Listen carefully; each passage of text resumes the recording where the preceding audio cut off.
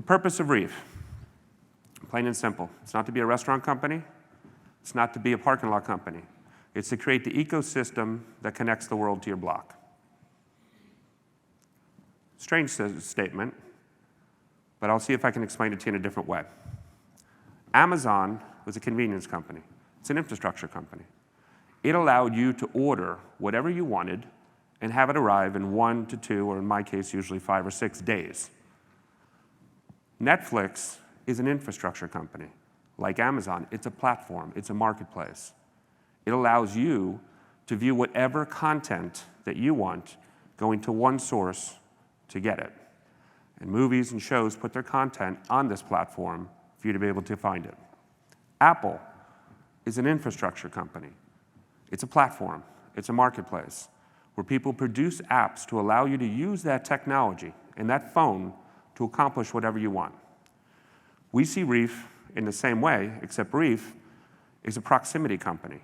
We believe that the closer you get to where people are, the more you narrow that gap between supply and demand, you can deliver goods and services better, faster, cheaper. So where would you put a parking lot? It's where people live or work. There's really no point to put a parking lot out in the middle of nowhere.